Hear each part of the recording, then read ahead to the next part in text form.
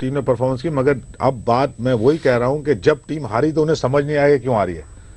अभी तक उन्हें ये बात समझ में नहीं है। वो इल्जाम दे रहा है जो कि एक नॉन क्वालिफाइड कोच दे सकता है। अच्छा, नहीं, ठीक है मैं ना? नॉन क्वालिफाइड भी नहीं, मैं बात कर रहा हूँ, गली मैं मोहल्लों बात में कर रहा हूँ लड़के गुफ्तगू कि ये करते हैं ना, चीज वो जो है गुफ्तगू ना, है। ये चीज अगर इसकी जगह अभी जैसे वॉटमोर ये काम कर रहा है, यहाँ भी टीम हारी है, ठीक है ना, उसने वो अभी ये तक कोई कभी ये बयान बयान वो इसको बेहतर करेगा। मैं आपको कह रहा हूँ कि ये परफॉर्मेंस बेहतर होगी, ठीक मैं है, भी थोड़ा सा टाइम लेगी, क्योंकि वो इस पे काम कर रहा है, उसको पता है कि क्या चीज सही करनी है, जी, किस तरह डिलीवर कराना है। जलाल भाई क्वालिफाइड कोचेस की बात कर रहे हैं, पाकिस्तान में एक क्वालिफाइड कोच गालिबन, अगर मेरी इत्तला शायद दुरुस्त हो, कि शाहिद असलम पाकिस्तान के पहले क्वालिफाइड कोच थे, सही बात है? नहीं है। अच्छा, लेकिन पाकिस्तान हमारे साथ उसने लेवल 3 किया। ओके, तो पाकिस्तान क्रिकेट बोर्ड से मुंसलिक है शाहिद असलम, लेकिन जब शाहिद असलम के सर पर सरपरस्ती की गई क्रिकेट बोर्ड के कुछ अफसरान की तरफ से, तो शाहिद असलम पाकिस्तान टीम के असिस्टेंट कोच भी बने। जब पाकिस्तान टीम से हटे तो पाकिस्तान विमेंस टीम के साथ लग गए। कौन से अफसरान है ये इंतखाब आलम और अफसरान, आपने कहा एक अफसर नहीं, अफसरान। देखिए, इंतखाब आलम ने ये जब बात चीफ ऑपरेटिंग ऑफिसर तक पहुंचाई होगी, जब चेयरमैन तक पहुंचाई तो होगी, सीईओ भी थे इसमें शामिल। देखिए, अप्रूवल तो फाइनल अप्रूवल हर्ज क्या है, मैं ये कह रहा हूँ। नहीं, हर्ज कोई नहीं है, लेकिन जब वो कोच के ओहदे से हटे विमेंस टीम की, तो उन्हें विमेंस टीम का मैनेजर बना दिया गया। मैं बात ये कर रहा हूँ कि वो एम्प्लॉय है ना पीसीबी के, कहीं पर बहुत सारे एम्प्लॉय है, बहुत सारे एम्प्लॉय नेशनल क्रिकेट में बैठे। देखिए, अगर शाहिद असलम लगे हैं वहाँ इसके साथ, तो वॉटमोर को भी उसका पता होगा। नहीं, मैं अभी की बात नहीं कर रहा, मैं इससे पहले भी रहे, ठीक है, वो बॉब वोल्मर के साथ भी रहे, और उन्होंने काम किया है। देखें, वो कोच है, उन्हें पता है कि कोचिंग कैसे की जाती है, ये तो मैं आपको बता दूं। अब रहा कि उसका मोहसिन खान के साथ भी किया ना उन्होंने, नहीं किया शायद, पता नहीं मोहसिन खान असिस्टेंट मैनेजर बन के गए, तो उसमें कोई हर्ज नहीं है, मगर जो तरीका कार है अपॉइंट करने का वो गलत है, उसको मैं मानता हूँ, मगर उनको एज ए कोच मैं कहता हूँ वो बिल्कुल सही कोच, उन्हें आती है कोच। ठीक, इस वक्त एक कॉलर बड़ी देर से होल्ड पर है, इनसे बात करते हैं। अस्सलाम वालेकुम। वालेकुम सलाम जी, कौन साहब कहाँ से? सर, मैं रियाज हुसैन भट्टी सक्कर से बात कर रहा हूँ सर। रियाज हुसैन भट्टी फ्रॉम सक्कर, बोलें क्या बात है?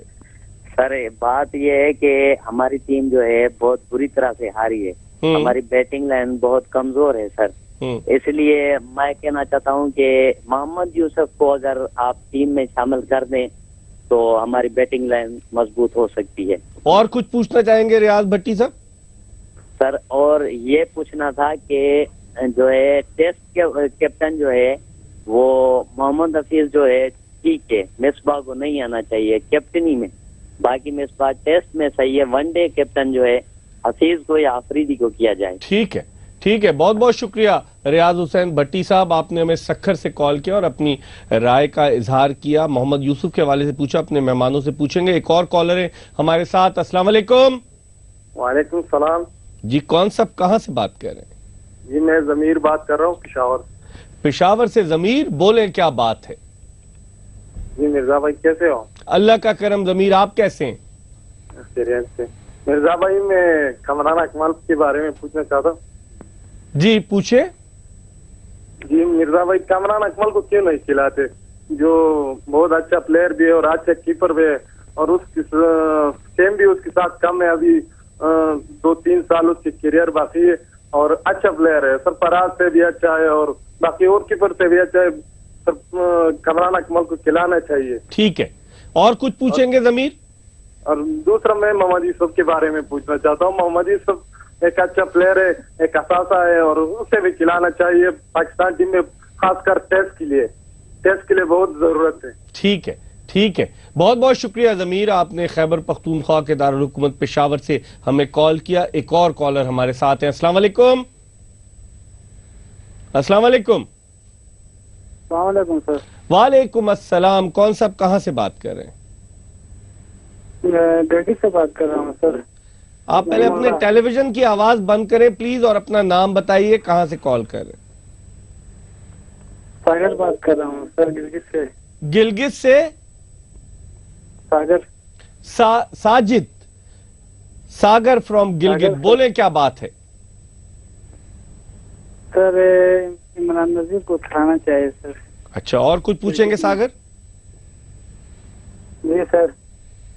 चलें, बहुत बहुत शुक्रिया, आपने गिलगित से कॉल किया। आप अंदाजा लगाएं कि कहां कहां लोग बैठे ये प्रोग्राम देख रहे हैं और अपनी राय का इजहार करें। इसीलिए हम कहते हैं ये आपकी आवाज़ है और पाकिस्तान की आवाज़ है, बोलें क्या बात है, और हर आदमी अपने दिल की बात करता है। जलालुद्दीन साहब, जो 3 कॉलर्स आए, रियाज हुसैन भट्टी, उन्होंने बात की मोहम्मद यूसुफ के हवाले से, जमीर पेशावर से आए, उन्होंने यूसुफ के हवाले से बात की। आप क्या समझते हैं, क्या मोहम्मद यूसुफ पाकिस्तान टीम में कम बैक कर सकते हैं?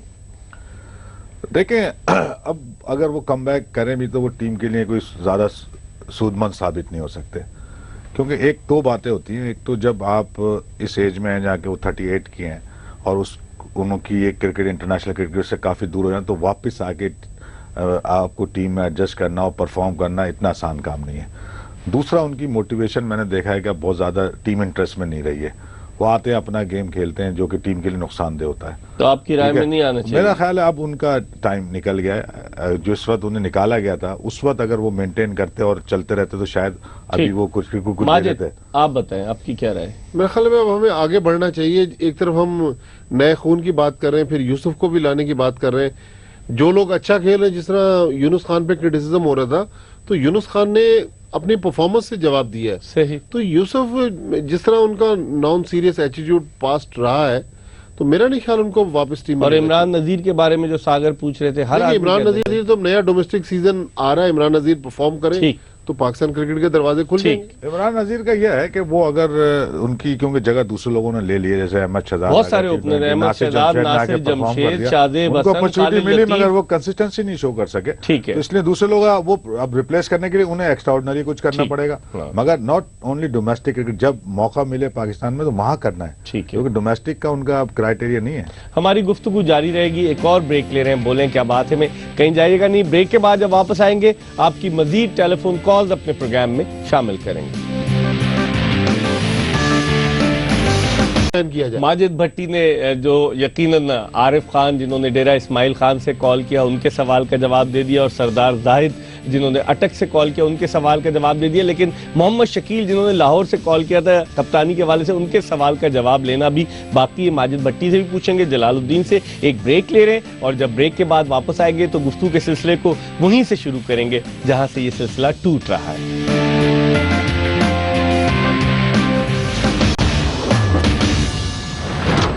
ब्रेक के बाद एक मरतबा फिर आपका मेजबान मिर्जा इकबाल बेग आपके अपने शो बोलें क्या बात है में आपको अपने दोनों मेहमानों, साबिक टेस्ट क्रिकेटर जलालुद्दीन और senior sports journalist Abdul Majid Bhatti के साथ खुशामदीद कहता है। कुछ मजीद गुफ्तगू करेंगे पाकिस्तान श्रीलंका सीरीज के हवाले से, लेकिन फेसबुक पर बहुत सारे लोगों ने अपने कमेंट्स पोस्ट किए, कुछ कमेंट्स पढ़ लेते हैं। राजा मोहसिन लिखते हैं कि माजिद भट्टी से मेरा ये सवाल है कि अगर पाकिस्तान ये टेस्ट सीरीज क्लीन स्वीप हो जाती है पाकिस्तान को, तो डेव वॉटमोर को आउट करके मोहसिन को इन करना चाहिए या नहीं? मोहसिन ने यूएई में अच्छी कोचिंग की थी।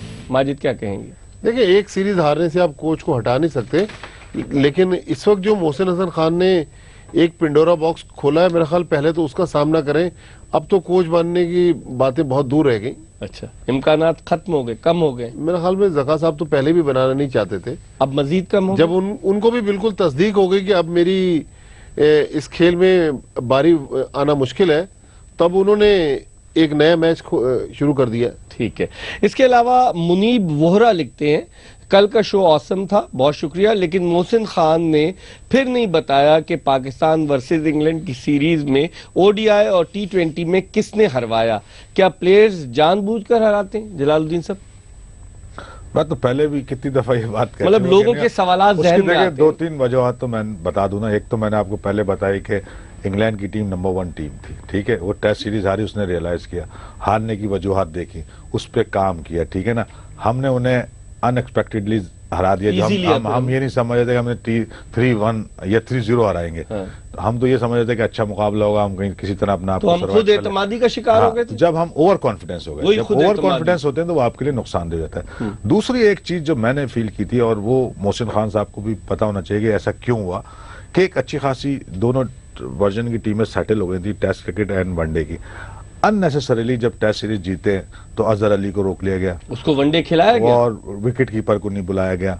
तो ये जब चीजें, आप एक टीम का एक सेटअप बना हुआ है वनडे का, और उसका आप जिसकी जरूरत नहीं है उमर अकमल से कराएगी, कीपिंग कराएगी उमर अकमल से। हाँ मेरा ख्याल है कि खैर माजिद, वो जो उस सीरीज एक्चुअल में- कैच नहीं आया जी हाँ, था उमर अदनान अकमल से अकमल ही keeping शायद अदनान अकमल थे, वही शायद करते रहे बाद में भी ना। तो नहीं, कहने का T20 मकसद में उमर अकमल ने की। T20 में उमर तो अकमल ने हाँ, की। T20 में की थी, मैं वनडे की बात कर रहा हूँ।